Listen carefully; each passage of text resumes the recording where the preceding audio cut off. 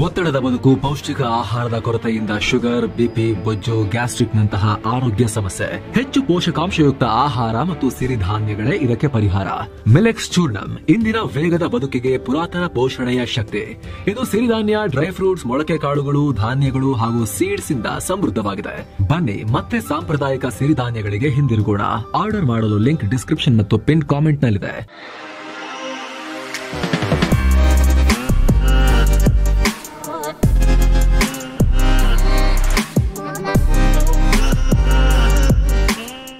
Hi friends, ದಿನದ ಎಲ್ಲ ಪ್ರಮುಖ ಸುದ್ದಿಯನ್ನು ನಿಮಗೆ ತಲುಪಿಸುವ ಮಸ್ತ್ಮಗ.com ನ ಫುಲ್ ನ್ಯೂಸ್ಗೆ ಸ್ವಾಗತ. ನಾನು ಅಮರ್ ಪ್ರಸಾದ್. ಅಮಾಯಕ ಅಫ್ಘಾನ್ ಕ್ರಿಕೆಟಿಗರನ್ನ ಬಲಿ ಪಡೆದು ಇಡೀ ಜಗತ್ತಿಂದ ಚೀಮಾರಿ ಹಾಕಿಸಿಕೊಳ್ತಿರೋ ಉಗ್ರ ಪೋಷಕ ಪಾಕಿಸ್ತಾನದ ಮುಲ್ಲಾ ಜನರಲ್ ಮುನೀರ್ ಭಾರತಕ್ಕೆ ಧಮಕಿ ಹಾಕಿದ್ದಾನೆ. ಮತ್ತೆ ಅಣುದಾಳಿಯ ಬೆದರಿಕೆ ಹಾಕಿದ್ದಾನೆ. ಅಲ್ಲದೆ ತಾಲಿಬಾನಿಗಳಿಗೂ ಎಚ್ಚರಿಕೆ ಕೊಟ್ಟಿದ್ದಾನೆ. ಕಾರ್ಯಕ್ರಮವೊಂದರಲ್ಲಿ ಮಾತನಾಡಿರೋ ಮುನೀರ್, ಶತ್ರುಗಳು ತಮ್ಮನ್ನ ಅಂಡರ್ ಎಸ್ಟಿಮೇಟ್ ಮಾಡದಷ್ಟು ನಾವು ಬೆಳೆದು ಬಿಟ್ಟಿದ್ದೀವಿ. ಪಾಕಿಸ್ತಾನದ ಬಳಿ ಅಣ್ವಸ್ತ್ರ ಇದೆ ಅನ್ನೋದನ್ನು ಯಾರೂ ಕೂಡ ಮರಿಬಾರದು. ನಮ್ಮ ಸೇನೆ ಶತ್ರುಗಳಿಗಿಂತ ಒಂದು ಹೆಜ್ಜೆ ಮುಂದೆ ಇದೆ. ಭಾರತ ನಮ್ಮನ್ನು ಕೆಣಕದಲ್ಲಿ ಸಲ ವಿನಾಶಕಾರಿ ಉತ್ತರವನ್ನು ಕೊಟ್ಟುಬಿಡ್ತೀವಿ. ಅವರು ಊಹೆ ಮಾಡದ ರೀತಿಯಲ್ಲಿ ದಾಳಿ ಮಾಡ್ತೇವೆ. ನಮ್ಮನ್ನು ಹೇಳಿಕೆಗಳ ಮೂಲಕ ಬೆದರಿಸುವ ಪ್ರಯತ್ನ ಮಾಡ್ತಿದ್ದಾರೆ. ನಾವು ಅದಕ್ಕೆಲ್ಲ ಬಗ್ಗಲ್ಲ. ಭಾರತ ಸ್ವಲ್ಪ ಪ್ರಚೋದನೆ ಕೊಟ್ಟರೂ ಕೂಡ ಈ ಎಂಟೈರ್ ರೀಜನ್, ಇಡೀ ಪ್ರದೇಶ, ಬರೀ ಭಾರತ ಅಲ್ಲ, ಇಡೀ ಏಷ್ಯಾ, ಈ ಭಾಗ ಸರ್ವನಾಶವಾಗುತ್ತೆ ಅನ್ನೋ ಹೇಳಿಕೆಯನ್ನು ಕೊಟ್ಟಿದ್ದಾನೆ. ಉಗ್ರನ ಥರ ಹೇಳಿಕೆ ಕೊಟ್ಟಿದ್ದಾನೆ ಈ ಮುನೀರ. ಅಷ್ಟು ಮಾತ್ರ ಅಲ್ಲ, ಈ ಪ್ರದೇಶದ ಆಚೆಗೂ ವಿನಾಶಕಾರಿ ಘಟನೆಗಳು ಹರಡಬಹುದು, ಯಾರಿಗೂ ತಪ್ಪಿಸ್ಕೊಳ್ಳೋಕ್ಕಾಗಲ್ಲ, ಆ ಥರ ಇರುತ್ತೆ ನಮ್ಮ ಉತ್ತರ ಅನ್ನೋ ರೀತಿ ಮಾತನಾಡಿದ್ದಾನೆ. ಜೊತೆಗೆ ಭಾರತ ಭೌಗೋಳಿಕವಾಗಿ ದೊಡ್ಡದಾಗಿರ್ಬೋದು, ಆದರೆ ನಾವು ಅವರ ಯಾವುದೇ ಜಾಗಕ್ಕೂ ತಲುಪೋಕೆ ಶಕ್ತಿಯನ್ನು ಹೊಂದಿದ್ದೇವೆ. ಮೇ ಸಂಘರ್ಷದಲ್ಲಿ ರಫೇಲ್ S-400 ಎಲ್ಲವನ್ನ ನಾಶ ಮಾಡಿದ್ವಿ. ಮತ್ತೆ ಯುದ್ಧ ಆದರೆ ಬರೀ ಆರ್ಥಿಕ ನಷ್ಟ ಮಾತ್ರ ಅಲ್ಲ, ಲೆಕ್ಕಾಚಾರಕ್ಕೂ ಮೀರಿದ ಲಾಸ್ ಮಾಡ್ತೀವಿ ಅಂತ ಹೇಳಿ ಹುಂಕರಿಸಿದ್ದಾನೆ. ಅಲ್ಲದೆ ಮತ್ತೆ ಕಾಶ್ಮೀರದ ರಾಗವನ್ನು ಕೂಡ ಹಾಡಿದ್ದಾನೆ. ಕಾಶ್ಮೀರದ ಫ್ರೀಡಮ್ ಸ್ಟ್ರಗಲ್ ನಾವು ಮರಿಬಾರದು. ಭಾರತದ ಬಾಳಿಕೆ ವಿರುದ್ಧ ನಾವು ಕಾಶ್ಮೀರಿ ಜನರಿಗೆ ರಾಜತಾಂತ್ರಿಕ ಮತ್ತು ನೈತಿಕ ಬೆಂಬಲವನ್ನು ಕೊಡ್ತೀವಿ ಅಂತ ಹೇಳಿದ್ದಾನೆ. ಈ ಮೂಲಕ ನಮ್ಮದು ಮನುಷ್ಯರ ನಾಲಿಗೆ ಅಲ್ಲ, ಅದು ಬೇರೆ ಅನ್ನೋದನ್ನ ಮತ್ತೆ ಈತ ಸಾಬೀತು ಮಾಡಿದ್ದಾನೆ. ಅಷ್ಟು ಮಾತ್ರವಲ್ಲ, ಇದೇ ವೇದಿಕೆಯಲ್ಲಿ ತಾಲಿಬಾನಿಗಳ ವಿರುದ್ಧವೂ ನಾಲಿಗೆ ಹರಿಬಿಟ್ಟಿದ್ದಾನೆ. ಅಫ್ಘಾನಿಸ್ತಾನಕ್ಕೆ ಈಗ ಶಾಂತಿ ಬೇಕು ಅಥವಾ ಸಂಘರ್ಷ ಬೇಕು ಅನ್ನೋದನ್ನ ಅವರೇ ಆಯ್ಕೆ ಮಾಡಿಕೊಳ್ಳಿ ಅಂತ ಹೇಳಿದ್ದಾನೆ.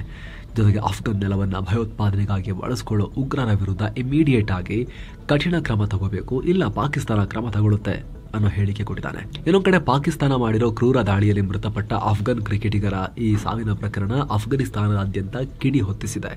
ಇದರ ಬೆನ್ನಲ್ಲೇ ತಾಲಿಬಾನಿಗಳು ಪ್ರತಿಕಾರದ ಮಾತುಗಳನ್ನಾಡಿದ್ದಾರೆ. ಪಾಕ್ ದಾಳಿಗೆ ಪ್ರತಿಕಾರ ತೀರಿಸಿಕೊಳ್ತೀವಿ ಅಂತ ಹೇಳಿದೆ ಅಫ್ಘಾನಿಸ್ತಾನ. ಅತ್ತ ಪಾಕ್ನಲ್ಲಿ ನಡೆಯೋ ತ್ರಿಪಕ್ಷೀಯ T20 ಕ್ರಿಕೆಟ್ ಸರಣಿಯಿಂದ ಹಿಂದೆ ಸರಿಯುವುದಾಗಿ ಅಫ್ಘಾನ್ ಕ್ರಿಕೆಟ್ ಬೋರ್ಡ್ ಹೇಳಿತ್ತು. ಅದಕ್ಕೀಗ ಪಾಕ್ ಕ್ರಿಕೆಟ್ ಬೋರ್ಡ್ ರಿಯಾಕ್ಷನ್ ಕೊಟ್ಟಿದೆ. ಶ್ರೀಲಂಕಾ, ಅಫ್ಘಾನಿಸ್ತಾನ, ಪಾಕ್ ಸೇರಿ ನವೆಂಬರ್ 17ರಿಂದ T20 ಸೀರೀಸ್ ಆಡಬೇಕಾಗಿತ್ತು, ಆದರೆ ಅಫ್ಘಾನಿಸ್ತಾನ ಆಡಲ್ಲ ಅಂತ ಹೇಳಿದೆ. ಹೀಗಾಗಿ ಅದರ ಬದಲಿಗೆ ಶೀಘ್ರದಲ್ಲಿ ಬೇರೆ ತಂಡವನ್ನ ಆಯ್ಕೆ ಮಾಡ್ತೀವಿ, ಟ್ರೈ ಸೀರೀಸ್ ನಡೆಸ್ತೀವಿ ಅಂತ PCB ವಕ್ತಾರರು ಹೇಳಿದ್ದಾರೆ. ಇನ್ನು ಸ್ನೇಹಿತರೆ, ಸಬ್ಸ್ಕ್ರೈಬ್ ಮಾಡದೇ ಇರೋ ವೀಕ್ಷಕರಲ್ಲಿ ಚಿಕ್ಕ ಮನವಿ, ದಯವಿಟ್ಟು ವಿಡಿಯೋ ಕೆಳಗಿರೋ ಸಬ್ಸ್ಕ್ರೈಬ್ ಬಟನ್ ಮೇಲೆ ಕ್ಲಿಕ್ ಮಾಡಿ, ಪಕ್ಕದ ಬೆಲ್ ಐಕಾನ್ ಮೇಲೆ ಕ್ಲಿಕ್ ಮಾಡಿ ಬೆಂಬಲಿಸಿ ಅಂತ. ಬನ್ನಿ ಕಂಟಿನ್ಯೂ ಮಾಡೋಣ ಫುಲ್ ನ್ಯೂಸ್. ಇನ್ನು ಪಾಕಿಸ್ತಾನಿ ನಾಯಕರಿಂದ ಪದೇ ಪದೇ ಹೇಳಿಕೆ ಬರ್ತಿರೋ ಹೊತ್ತಲ್ಲಿ ಈಗ ಭಾರತ ದೊಡ್ಡ ಎಚ್ಚರಿಕೆ ಕೊಟ್ಟಿದೆ. ಆಪರೇಷನ್ ಸಿಂಧೂರ್ ಬರೀ ಟ್ರೇಲರ್ ಅಷ್ಟೇ, ಪಿಕ್ಚರ್ ಇನ್ನೂ ಬಾಕಿ ಇದೆ ಅಂತ ಹೇಳಿದೆ. ಯುಪಿಯ ಸರೋಜಿನಿ ನಗರ ಬ್ರಹ್ಮೋಸ್ ಏರೋಸ್ಪೇಸ್ ಯೂನಿಟ್ ನಲ್ಲಿ ಮೊದಲ ಬ್ಯಾಚ್ ನ ಬ್ರಹ್ಮೋಸ್ ಮಿಸೈಲ್ಸ್ ತಯಾರಾಗಿತ್ತು. ಇದಕ್ಕೆ ಚಾಲನೆ ನೀಡಿ ಮಾತನಾಡಿರೋ ರಕ್ಷಣಾ ಸಚಿವ ರಾಜನಾಥ್ ಸಿಂಗ್, ಬ್ರಹ್ಮೋಸ್ ಮಿಸೈಲ್ ಪಾಕ್ನ ಇಂಚಿಂಚು ಜಾಗವನ್ನ ತಲುಪೋ ತಾಕತ್ತನ್ನು ಹೊಂದಿದೆ. ಕಳೆದ ಮೇನಲ್ಲಿ ಪಾಕಿಸ್ತಾನಕ್ಕೆ ಇದರ ತಾಕತ್ತಿನ ಅರಿವಾಗಿದೆ. ಆದರೆ ಅಗತ್ಯವಿದ್ದರೆ ಭಾರತ ಇನ್ನೂ ಹೆಚ್ಚಿನ ಬಲದಿಂದ ಪ್ರತಿಕಾರ ತೀರಿಸಿಕೊಳ್ಬಹುದು. ಅದ್ರ ಬಗ್ಗೆ ನಾನು ಹೆಚ್ಚು ಹೇಳಲ್ಲ. ಭಾರತಕ್ಕೆ ಗೆಲುವು ಅನ್ನೋದು ಪ್ರಾಕ್ಟೀಸ್ ಆಗಿ ಹೋಗಿದೆ. ಭಾರತದ ರಕ್ಷಣೆಗೆ ಬ್ರಹ್ಮೋಸ್ ಬಲ ತುಂಬಿದೆ. ಬ್ರಹ್ಮೋಸ್ ಬರೀ ಮಿಸೈಲ್ ಅಲ್ಲ, ಅದು ಭಾರತದ ಸ್ಟ್ರಾಟಜಿಕ್ ಕಾನ್ಫಿಡೆನ್ಸ್ಗೆ ಪ್ರೂಫ್. ಅದು ಸೇನೆ ಅಂದರೆ ಭೂಸೇನೆ, ನೌಕಾಪಡೆ, ವಾಯುಪಡೆ ಎಲ್ಲ ರಕ್ಷಣಾ ಪಡೆಗಳಿಗೂ ಇದು ಆಧಾರ ಸ್ತಂಭ ಅಂತ ಬ್ರಹ್ಮೋಸ್ ಗುಣಗಾನ ಮಾಡಿದ್ದಾರೆ. ಇನ್ನೊಂದು ಕಡೆ PM ಮೋದಿ ಕೂಡ ಪಾಕಿಸ್ತಾನಕ್ಕೆ ಪರೋಕ್ಷ ಎಚ್ಚರಿಕೆ ಕೊಟ್ಟಿದ್ದಾರೆ. ಸ್ವಾವಲಂಬಿ ಭಾರತ ಇನ್ನು ಮುಂದೆ ಸುಮ್ಮನೆ ಇರೋದಿಲ್ಲ. ಪ್ರತಿ ಪ್ರಚೋದನೆಗೂ ಆಪರೇಷನ್ ಸಿಂಧೂರ್ನಲ್ಲಿ ನೋಡಿರೋ ರೀತಿನೇ ಸರ್ಜಿಕಲ್ ಆಗಿ ಸ್ಟ್ರೈಕ್ಸ್ ಮೂಲಕ ಉತ್ತರ ಕೊಡ್ತಾ ಹೋಗ್ತೀವಿ ಅಂತ ಹೇಳಿದ್ದಾರೆ.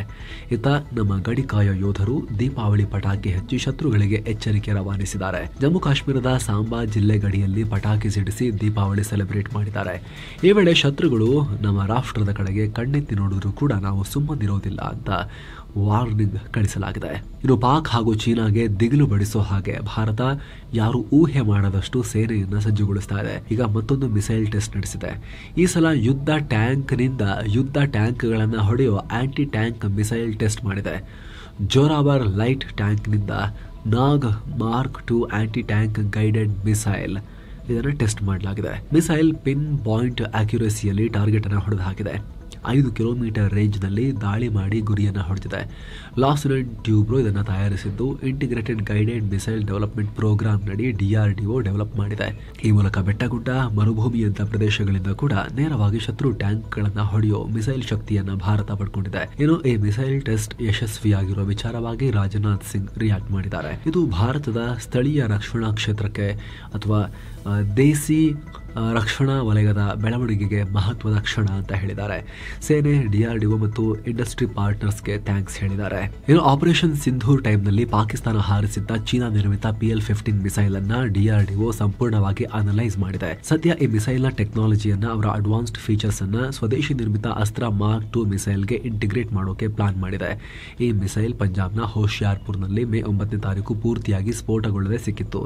ಭಾರತದ ಏರ್ ಟು ಏರ್ ಮಿಸೈಲ್ಗಳಂತೆ ಈ ಮಿಸೈಲ್ ಸೆಲ್ಫ್ ಡಿಸ್ಟ್ರಕ್ಟ್ ಸಿಸ್ಟಮ್ ಹೊಂದಿರದ ಕಾರಣ ಈ ರೀತಿ ಸ್ಫೋಟಗೊಳ್ಳದೆ ಉಳಿದಿತ್ತು.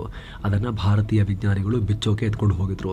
ಈಗ ಅದರಲ್ಲಿರೋ ಕೆಲ ಫೀಚರ್ಸ್ ಅನ್ನ ಭಾರತೀಯ ವಿಜ್ಞಾನಿಗಳು ನಮ್ಮ ಅಸ್ತ್ರ ಮಿಸೈಲ್ಗೆ ಬಳಸೋಕೆ ಮುಂದಾಗಿದ್ದಾರೆ ಅಂತ ಹಿರಿಯ ಅಧಿಕಾರಿಗಳು ಹೇಳಿದ್ದಾರೆ. ಏನೋ ಕರ್ನಾಟಕದಲ್ಲಿ ಮತ್ತೊಂದು ಎನ್ಕೌಂಟರ್ ಆಗಿದೆ. ವಿಜಯಪುರ ಪೊಲೀಸರು ರೌಡಿ ಶೀಟರ್ ಯೂನಸ್ ಇಕ್ಲಾಸ್ ಪಟೇಲ್ ನನ್ನ ವಿಜಯಪುರ ಜಿಲ್ಲೆಯ ರಾಂಪುರ ಅನ್ನೋ ಕಡೆ ಹೊಡೆದು ಹಾಕಿದ್ದಾರೆ. ಉತ್ತರ ಪ್ರದೇಶದ ಯೋಗಿ ಸರ್ಕಾರದ ಎನ್ಕೌಂಟರ್ ಬಿಡಿ, ಈಗ ಕರ್ನಾಟಕದಲ್ಲೂ ಕೂಡ ಎನ್ಕೌಂಟರ್ಗಳು ನಡೆಯೋಕೆ ಶುರುವಾಗಿದ್ದಾವೆ. ಈಗ ಪರಮೇಶ್ವರ್ ಅವ್ರಿಗೆ ನೀವು ಬರೀ ಸಾಫ್ಟ್ ಅಂತಿರ್ತಿರಲ್ಲ, ನಕ್ಸಲ್ ಎನ್ಕೌಂಟರ್ ದಶಕಗಳ ಬಳಿಕ ಕರ್ನಾಟಕ ಪೊಲೀಸರು ಮಾಡಿದ್ರು. ಮೊನ್ನೆ ಒಂದು ಎನ್ಕೌಂಟರ್ ಆಯ್ತು, ಕಾಲಿ ಗುಂಡು ಹಾಕಿ ಎತ್ಕೊಂಡ್ ಬಂದಿದ್ರು. ಈಗ ವಿಜಯಪುರದಲ್ಲಿ ಇದೇ ಪರಮೇಶ್ವರ್ ಅವರ ಗೃಹ ಇಲಾಖೆಯ ಪೊಲೀಸರು ರೌಡಿ ಶೀಟರ್ ಯೂನಸ್ ಇಕ್ಲಾಸ್ ಪಟೇಲ್ ನನ್ನ ಹೊಡೆದೇ ಹಾಕಿದ್ದಾರೆ, ಎನ್ಕೌಂಟರ್ ಮಾಡಿದ್ದಾರೆ.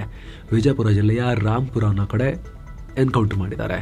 ಈ ಯೂನಸ್ ಇಕ್ಲಾಸ್ ವ್ಯಕ್ತಿಯೊಬ್ಬರಿಗೆ ಮಾರಕಾಸ್ತ್ರ ತೋರಿಸಿ 25,000 ರೂಪಾಯಿ ಹಣ ಮತ್ತು ಅವರ ಬೈಕ್ ಕಸಿದುಕೊಂಡು ಪರಾರಿಯಾಗಿದ್ದ. ಈ ಸಂಬಂಧ ವಿಜಯಪುರದ ಗಾಂಧಿ ಚೌಕ್ ಠಾಣೆಯಲ್ಲಿ ದೂರು ದಾಖಲಾಗಿತ್ತು. ಖಚಿತ ಮಾಹಿತಿ ಮೇರೆಗೆ ಆರೋಪಿಯನ್ನು ಅರೆಸ್ಟ್ ಮಾಡೋಕೆ ತೆರಳಿದ್ರು. ಈ ವೇಳೆ ರೌಡಿ ಶೀಟರ್ ಯೂನಸ್ ಪೊಲೀಸರ ಮೇಲೆ ಮಾರಕಾಸ್ತ್ರದಿಂದ ದಾಳಿ ಮಾಡೋಕೆ ಪ್ರಯತ್ನ ಪಟ್ಟಿದ್ದಾನೆ. ಶರಣಾಗುವಂತೆ ಪೊಲೀಸರು ಗಾಳಿಯಲ್ಲಿ ಗುಂಡು ಹಾರಿಸಿದ್ದಾರೆ.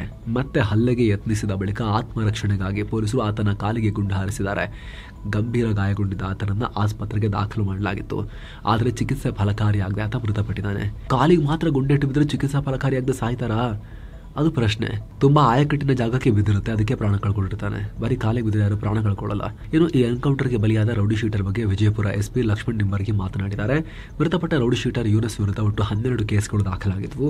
2 ಕೊಲೆ ಕೇಸ್, 1 ಕೊಲೆ ಯತ್ನ, ದರೋಡೆ, ರೋಡ್ ರಾಬರಿ, ಕಳ್ಳತನ, ಮಾದಕ ವಸ್ತು ಪ್ರಕರಣ ಎಲ್ಲದೂ ಈತನ ಮೇಲಿತ್ತು ಅಂತ ಹೇಳಿದ್ದಾರೆ. ಇನ್ನು ಕಲಬುರಗಿ ಜಿಲ್ಲೆ ಆಳಂದ ವಿಧಾನಸಭಾ ಕ್ಷೇತ್ರದಲ್ಲಿ ಮತಗಳ್ಳತನ ಪ್ರಕರಣಕ್ಕೆ ಸಂಬಂಧಪಟ್ಟಂತೆ SIT ಅಧಿಕಾರಿಗಳು ತನಿಖೆ ತೀವ್ರಗೊಳಿಸಿದ್ದಾರೆ. ಶುಕ್ರವಾರವಷ್ಟೇ ಆಳಂದ ಕ್ಷೇತ್ರದ ಬಿಜೆಪಿ ಮಾಜಿ ಶಾಸಕ ಸುಭೇಶ್ ಗುತ್ತೇದಾರ್ ಮನೆ ಸೇರಿದ ಹಾಗೆ 3 ಕಡೆ SIT ದಾಳಿ ಮಾಡಿತ್ತು. ಅದರ ಬೆನ್ನಲ್ಲೇ ಅವರ ಮನೆ ಹತ್ತಿರ ಕೆಲ ದಾಖಲೆಗಳನ್ನು ಸುಟ್ಟು ಹಾಕಿರುವುದು ಕಂಡುಬಂದಿದೆ.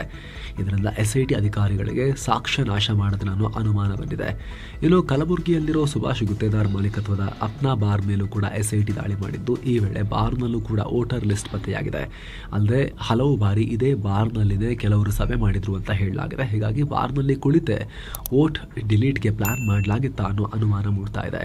ಸದ್ಯ SIT ತನಿಖೆ ತೀವ್ರಗೊಳಿಸಿದೆ.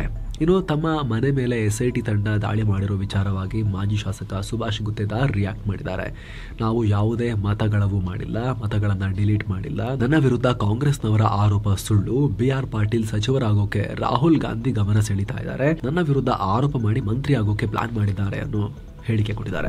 ಇನ್ನು ಸ್ನೇಹಿತರೆ, ಮಸ್ತ್ ಮಗ ಪ್ರೀಮಿಯಂ ಮೆಂಬರ್ಶಿಪ್ ಲಾಂಚ್ ಆಗಿದೆ. ಮೆಂಬರ್ಸ್ ಓನ್ಲಿ ಕಾಂಟೆಂಟ್ಗಳು ಕೂಡ ಬರೋಕ್ ಶುರುವಾಗಿವೆ. ತುಂಬಾ ಜನ ನೋಡಿರ್ಬೋದು. ಜೊತೆಗೆ ಮೆಂಬರ್ಸ್ ಓನ್ಲಿ ಫಸ್ಟ್ ಲೈವ್ ಕೂಡ ನಾವಿವತ್ತು ಆಲ್ರೆಡಿ ಫುಲ್ ನ್ಯೂಸ್ಗಿಂತ ಮುಂಚೆ ಅದನ್ನ ನಡೆಸಿದೀವಿ. ಸೊ ನಿಮಗೂ ಕೂಡ ಆಸಕ್ತಿ ಇದ್ರೆ ವಿಡಿಯೋ ಕೆಳಗಿರೋ ಜಾಯಿನ್ ಬಟನ್ ಮೂಲಕ ನೀವು ಆಂಡ್ರಾಯ್ಡ್ ಯೂಸರ್ಸ್ ಜಾಯಿನ್ ಆಗ್ಬೋದು. ಆಪಲ್ ಯೂಸರ್ಸ್ ದಯವಿಟ್ಟು ಲಿಂಕ್ ಥ್ರೂ ಹೋಗಿಲ್ಲ ಅಂದ್ರೆ ಜಾಸ್ತಿ ತೋರಿಸ್ತಾರೆ, 14 ಎಲ್ಲ ತೋರಿಸ್ತಾರೆ. ಯಾಕಂದ್ರೆ ಗೂಗಲ್ ಚಾರ್ಜಸ್, ಯೂಟ್ಯೂಬ್ ಚಾರ್ಜಸ್, ಅದಾದ್ಮೇಲೆ ಈ ಆಪಲ್ ಆಪ್ ಸ್ಟೋರ್ ಚಾರ್ಜಸ್ ಎಲ್ಲ ಸೇರ್ಬಿಟ್ಟು ಅಷ್ಟು ತೋರಿಸ್ತಾ ಇದೆ ಅಷ್ಟೇ. ಆಕ್ಚುಲಿ 29. ಆಪಲ್ ಯೂಸರ್ಸ್ ಡಿಸ್ಕ್ರಿಪ್ಷನ್ ಮತ್ತು ಪಿನ್ ಮಾಡಿರೋ ಕಾಮೆಂಟ್ ಅಲ್ಲಿ ಪ್ರತ್ಯೇಕ ಮೆಂಬರ್ಶಿಪ್ ಲಿಂಕ್ ಇದೆ. ಅದ್ರ ಮೇಲೆ ಕ್ಲಿಕ್ ಮಾಡಿ ಬ್ರೌಸರ್ ಥ್ರೂ ಹೋಗಿ, ಸಫಾರಿ ಬ್ರೌಸರ್ ಥ್ರೂ ಹೋಗಿ ನೀವಲ್ಲಿ ಜಾಯಿನ್ ಆಗಬಹುದು ಅನ್ನೋದು ನಿಮ್ಮ ಗಮನಕ್ಕೆ ತರ್ತಾ ಇದ್ದೀವಿ ಸ್ನೇಹಿತರೆ. ಈ ಪ್ರೀಮಿಯಂ ಮೆಂಬರ್ಶಿಪ್ಗೆ ಜಾಯಿನ್ ಆದವರಿಗೆ members only exclusive valuable content, live interactions, ಆಯ್ದ ಮೆಂಬರ್ಸ್ ಪ್ರಶ್ನೆಗಳಿಗೆ ಅವರ ಹೆಸರಿನೊಂದಿಗೆ ಉತ್ತರ ಹಾಗೂ ಇತರ ಮೆಂಬರ್ಸ್ ಓನ್ಲಿ ಬೆನಿಫಿಟ್ಸ್ ನಾವು ಕೊಡ್ತಾ ಹೋಗೋಕೆ ಪ್ರಯತ್ನ ಪಡ್ತಾ ಇದ್ದೀವಿ. ನಿಮಗೆ ನಮ್ಮ ಪ್ರಯತ್ನದಲ್ಲಿ ವ್ಯಾಲ್ಯೂ ಕಾಣಿಸ್ತಾ ಇದ್ರೆ ದಿನಕ್ಕೆ ₹1 ಕೆಳಗೆ ಕಾಸ್ಟ್ ಆಗುತ್ತೆ. ಇಡೀ ಮಂತ್ಗೆ 29 ರೂಪೀಸ್ ಕಾಸ್ಟ್ ಆಗುತ್ತೆ. ಆಸಕ್ತರು ಕನ್ಸಿಡರ್ ಮಾಡಬಹುದು. ಬನ್ನಿ ಫುಲ್ ನ್ಯೂಸ್ನಲ್ಲಿ ಕಂಟಿನ್ಯೂ ಮಾಡೋಣ. ಏನು RSS ಅನ್ನು ನಾವು ಟಾರ್ಗೆಟ್ ಮಾಡ್ತಾ ಇಲ್ಲ ಅಂತ ಸಿದ್ದರಾಮಯ್ಯ ಹೇಳಿದ್ದಾರೆ. ಯಾವುದೇ ಸಂಘ ಸಂಸ್ಥೆಯಾಗಲಿ ಸರ್ಕಾರಿ ಜಾಗಗಳಲ್ಲಿ ಪ್ರೋಗ್ರಾಮ್ ಮಾಡೋ ಮುನ್ನ ಅನುಮತಿ ಪಡಿಬೇಕು. ಈ ನಿಟ್ಟಿನಲ್ಲಿ ನಾವು ಕ್ರಮ ಕೈಗೊಂಡಿದ್ದೀವಿ. ಜಗದೀಶ್ ಶೆಟ್ಟರ್ CM ಆಗಿದ್ದಾಗಲೇ ಈ ಬಗ್ಗೆ ಸುತ್ತೋಲೆ ಹೊರಡಿಸಿದ್ರು. ಅದನ್ನು ಅನುಷ್ಠಾನಕ್ಕೆ ತಂದಿದ್ದೀವಿ ಅಷ್ಟೇ. ಅವರು ಕ್ರಮ ಕೈಗೊಂಡಿದ್ದಾಗ RSSನವರು ಯಾಕೆ ವಿರೋಧಿಸಲಿಲ್ಲ? ನಾವೇನು RSSನ ಟಾರ್ಗೆಟ್ ಮಾಡ್ತಾ ಇಲ್ಲ ಅನ್ನೋ ಹೇಳಿಕೆ ಕೊಟ್ಟಿದ್ದಾರೆ. ನಿಜ, ಕರ್ನಾಟಕ ಸರ್ಕಾರ ತನ್ನ ಈ ನಿರ್ಬಂಧದ ಆದೇಶದಲ್ಲಿ ಯಾವುದೇ ಸಂಘ ಸಂಸ್ಥೆ ಹೆಸರನ್ನು ಉಲ್ಲೇಖ ಮಾಡಿಲ್ಲ, ಹೆಸರು ಮೆನ್ಷನ್ ಮಾಡಿಲ್ಲ RSS ಅಂತ. ಆದರೆ ಅದು ಕಮ್ಯುನಿಕೇಷನ್ ಸೊಸೈಟಿಗೆ ಏನಾಗಬೇಕು ಅದು ಆಗುತ್ತಲ್ವಾ. ಕಾಂಗ್ರೆಸ್ನ ವೋಟ್ ಬ್ಯಾಂಕು ಏನು ಕಮ್ಯುನಿಕೇಟ್ ಆಗಬೇಕು ಅದು ಕಮ್ಯುನಿಕೇಟ್ ಆಗುತ್ತೆ, RSSಗೂ ಏನು ಕಮ್ಯುನಿಕೇಟ್ ಆಗಬೇಕು ಅದು ಕಮ್ಯುನಿಕೇಟ್ ಆಗುತ್ತೆ. ಏನಂತ ಪ್ರಿಯಾಂಕ್ ಖರ್ಗೆ ಅವರು ಏನು ಹೇಳಿದರು? RSSನ ನಿರ್ಬಂಧಿಸಬೇಕು ಅಂತ ಹೇಳಿದರು. ಅದಾದಮೇಲೆ ಸರ್ಕಾರ ಯಾವುದೇ ಖಾಸಗಿ ಸಂಸ್ಥೆ, ವ್ಯಕ್ತಿಗಳು, ಗುಂಪುಗಳು ಈ ರೀತಿ ಪರ್ಮಿಷನ್ ಇಲ್ಲೇ ಮಾಡೋಂಗಿಲ್ಲ ಅನ್ನೋ ಆದೇಶ ಹೊರಡಿಸಿದ್ರು.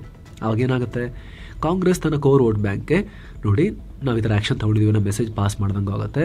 ಸೇಮ್ ಟೈಮ್ RSS ಹೆಸರನ್ನು ಉಲ್ಲೇಖ ಮಾಡದಂತೆಯೇ ನಿರ್ಬಂಧಗಳನ್ನು ಜಾರಿಗೆ ತಂದಂಗೂ ಆಗುತ್ತೆ. ಈ ಥರ ತುಂಬ ಮಾಡ್ತಾರೆ. ಕಾಂಗ್ರೆಸ್ ಮಾತ್ರ ಅಲ್ಲ, BJP ಸೇರಿದಂತೆ ಎಲ್ಲರೂ ಕ್ಲೆವರ್ ಆಗಿ ಇದನ್ನು ಮಾಡ್ತಾರೆ. ನೋಡಿ, ಜಗದೀಶ್ ಶೆಟ್ಟರ್ ಅವರು ಮಾಡಿದ್ದಿನ ಅಂತ ಹೇಳಿದ್ದಾರೆ. ಅವರು ಎಲ್ಲೋ ಬಾಣ ಬಿಡಕ್ಕೆ ಹೊರಟು ಆ ಬಾಣವನ್ನು ರೆಡಿ ಮಾಡಿಟ್ಟಿರ್ತಾರೆ. ಅದೇ ಬಾಣವನ್ನು ತಗೊಂಡು ಈಗ ಇನ್ನೆಲ್ಲಿಗೋ ಬಿಟ್ಟಿರ್ತಾರೆ ಇವರು ಅಷ್ಟೇ. ಪೊಲಿಟಿಷಿಯನ್ಸ್ ಇದನ್ನು ಮಾಡ್ತಾ ಇರ್ತಾರೆ, ಭಾಳ ಕ್ಲೆವರಾಗಿ ಮಾಡ್ತಾರೆ. ತಲೆ ಇದರಲ್ಲ ಭಾಳ ಚೆನ್ನಾಗಿ ಬಿಡುತ್ತೆ ಅವರಿಗೆ.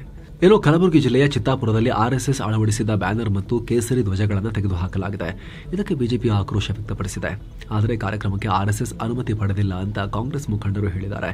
ಚಿತ್ತಾಪುರದಲ್ಲಿ ಅಂದರೆ ಖರ್ಗೆ ಅವರ ಕ್ಷೇತ್ರದಲ್ಲಿ RSS ಭಾನುವಾರ ಪಥಸಂಚಲನ ಕಾರ್ಯಕ್ರಮ ಇಟ್ಕೊಂಡಿತ್ತು.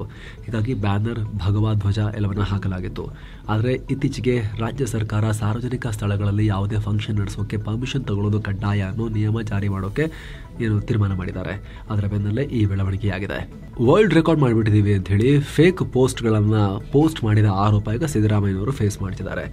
ರಾಜ್ಯದ ಸಾರಿಗೆ ಸಂಸ್ಥೆ KSRTC ಶಕ್ತಿ ಯೋಜನೆ ಮೂಲಕ ಲಂಡನ್ ಬುಕ್ ಆಫ್ ರೆಕಾರ್ಡ್ಸ್ ಅನ್ನು ತಲುಪಿದೆ ಅಂತೇಳಿ CM ಸಿದ್ದರಾಮಯ್ಯ ಪ್ರಶಸ್ತಿ ಸರ್ಟಿಫಿಕೇಟನ್ನು ತಮ್ಮ ಎಕ್ಸ್ ಅಕೌಂಟ್ನಲ್ಲಿ ಶೇರ್ ಮಾಡ್ಕೊಂಡಿದ್ರು.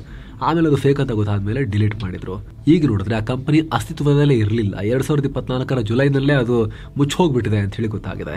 ಬಹಳ ಅಥೆಂಟಿಕ್, ರೆಪ್ಯೂಟೆಡ್ ಆ ರೀತಿ ಏನಲ್ಲ ಅಂತ ಹೇಳಿ ಈ ವಿಚಾರವೀಗ ಚರ್ಚೆ ಕಾರಣ ಆಗಿದೆ. ಇದಕ್ಕೆ ಸಾರಿಗೆ ಸಚಿವ ರಾಮಲಿಂಗಾರೆಡ್ಡಿ ಸ್ಪಷ್ಟನೆ ಕೊಟ್ಟಿದ್ದಾರೆ. ಪೋಸ್ಟ್ನ ಉದ್ದೇಶ ಆಡಳಿತದಲ್ಲಿನ ಪ್ರಗತಿಗೆ ಮತ್ತು ಸಾರ್ವಜನಿಕ ಸೇವೆಗೆ ಸಿಕ್ಕಿದ ಮಾನ್ಯತೆಯನ್ನು ಸಂಭ್ರಮಿಸುವುದಾಗಿತ್ತು. ಆದರೆ ದುರದೃಷ್ಟವಶಾತ್ ಹಿಂಗಾಯಿತು. ಆ ಸಂಸ್ಥೆ ಬಗ್ಗೆ ಕೆಲವರು ಪ್ರಶ್ನೆ, ಅನುಮಾನ ವ್ಯಕ್ತಪಡಿಸಿದ್ರು. ಇದರಿಂದ ಎಕ್ಸ್ ಖಾತೆಯ ಪೋಸ್ಟ್ನ ಕೆಳಗಡೆ ಕಮ್ಯುನಿಟಿ ನೋಟ್ ಸೇರಿಸಲಾಗಿತ್ತು. ಇದು ತಪ್ಪು ಗ್ರಹಿಕೆಗೆ ಎಡೆ ಮಾಡಿಕೊಡಬಾರದು ಅನ್ನೋ ಕಾರಣಕ್ಕೆ ಡಿಲೀಟ್ ಮಾಡಲಾಗಿದೆ ಈಗ ಅಂತ ಹೇಳಿದ್ದಾರೆ. ಇನ್ನು ಕರ್ನಾಟಕದಲ್ಲಿ ಮಳೆ ಮುಂದುವರೆದಿದೆ. ಕಳೆದ 24 ಗಂಟೆಯಲ್ಲಿ ದಕ್ಷಿಣ ಕನ್ನಡ ಜಿಲ್ಲೆ ಪುತ್ತೂರು ತಾಲೂಕಿನ ಕೊಳ್ತಿಗೆ ಅನ್ನೋ ಕಡೆ ಅತಿ ಹೆಚ್ಚು 47 ಮಿಲಿಮೀಟರ್ ಮಳೆಯಾಗಿದೆ. ಅತ್ತ ಕೋಲಾರ, ಚಾಮರಾಜನಗರ, ಹಾಸನ, ಮಂಡ್ಯ ಜಿಲ್ಲೆಗಳ ಕೆಲ ಪ್ರದೇಶಗಳಲ್ಲಿ ಮಳೆಯಾಗಿದೆ. ಇನ್ನು ಮುಂದಿನ 24 ಗಂಟೆಗಳ ಕಾಲ ರಾಜ್ಯದ ಕರಾವಳಿ, ಬೆಂಗಳೂರು ಸೇರಿದ ಹಾಗೆ ದಕ್ಷಿಣ ಕರ್ನಾಟಕದ ಎಲ್ಲ ಜಿಲ್ಲೆಗಳಿಗೆ ಯೆಲ್ಲೋ ಅಲರ್ಟ್ ಕೊಡಲಾಗಿದೆ. ಅಥವಾ ಉತ್ತರ ಕರ್ನಾಟಕದ ಧಾರವಾಡ, ಗದಗ ಮತ್ತು ಬಳ್ಳಾರಿ ಜಿಲ್ಲೆಯಲ್ಲೂ ಸಾಧಾರಣ ಮಳೆಯಾಗುವ ಸಾಧ್ಯತೆ ಇದೆ ಅಂತ ಹವಾಮಾನ ಇಲಾಖೆ ಮುನ್ಸೂಚನೆ ಕೊಟ್ಟಿದೆ.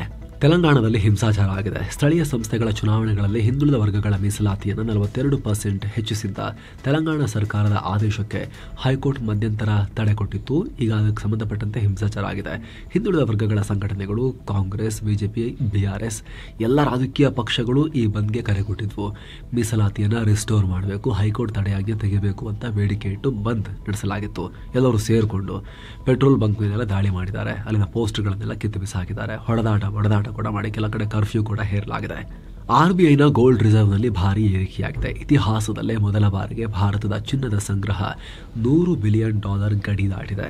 ರಿಸರ್ವ್ ಬ್ಯಾಂಕ್ನ ವಿದೇಶಿ ವಿನಿಮಯ ಸಂಗ್ರಹ ಡೇಟಾದಿಂದ ಈ ವಿಚಾರ ಗೊತ್ತಾಗಿದೆ. ಅಕ್ಟೋಬರ್ 10ಕ್ಕೆ ಕೊನೆಗೊಂಡ ವಾರದಲ್ಲಿ ಭಾರತದ ಗೋಲ್ಡ್ ಹೋಲ್ಡಿಂಗ್ಸ್ $3.595 ಬಿಲಿಯನ್ ಏರಿಕೆಯಾಗಿ $102.365 ಬಿಲಿಯನ್ ತಲುಪಿದೆ ಅಂತ RBI ಡೇಟಾದಿಂದ ತಿಳಿದು ಬಂದಿದೆ. ಹಾಗೆ ನೋಡಿದ್ರೆ ರಿಸರ್ವ್ ಬ್ಯಾಂಕ್ ಈ ಸಲ ಹೆಚ್ಚು ಚಿನ್ನ ಖರೀದಿಯನ್ನೇನೂ ಮಾಡಿಲ್ಲ. ಆದರೆ ಜಾಗತಿಕ ಬೆಲೆ ಏರಿಕೆಯಿಂದಾಗಿ ಈ ಬೆಳವಣಿಗೆಯಾಗಿದೆ. ಇನ್ನು ಮಹಾರಾಷ್ಟ್ರದಲ್ಲಿ ಒಂದು ಸಮುದಾಯದ ಶ್ರೀಗಳ ಬಗ್ಗೆ ಅವಹೇಳನಕಾರಿ ಭಾಷಣ ಮಾಡಿದ್ದಾರೆ ಅನ್ನೋ ಆರೋಪಕ್ಕೆ ಸಂಬಂಧಪಟ್ಟಂತೆ ಕನ್ನೇರಿ ಮಠದ ಅದೃಶ್ಯ ಕಾಡಸಿದ್ದೇಶ್ವರ ಶ್ರೀಗಳಿಗೆ ಬಾಗಲಕೋಟೆ ಜಿಲ್ಲೆ ಪ್ರವೇಶಕ್ಕೆ ನಿರ್ಬಂಧ ಹಾಕಲಾಗಿದೆ.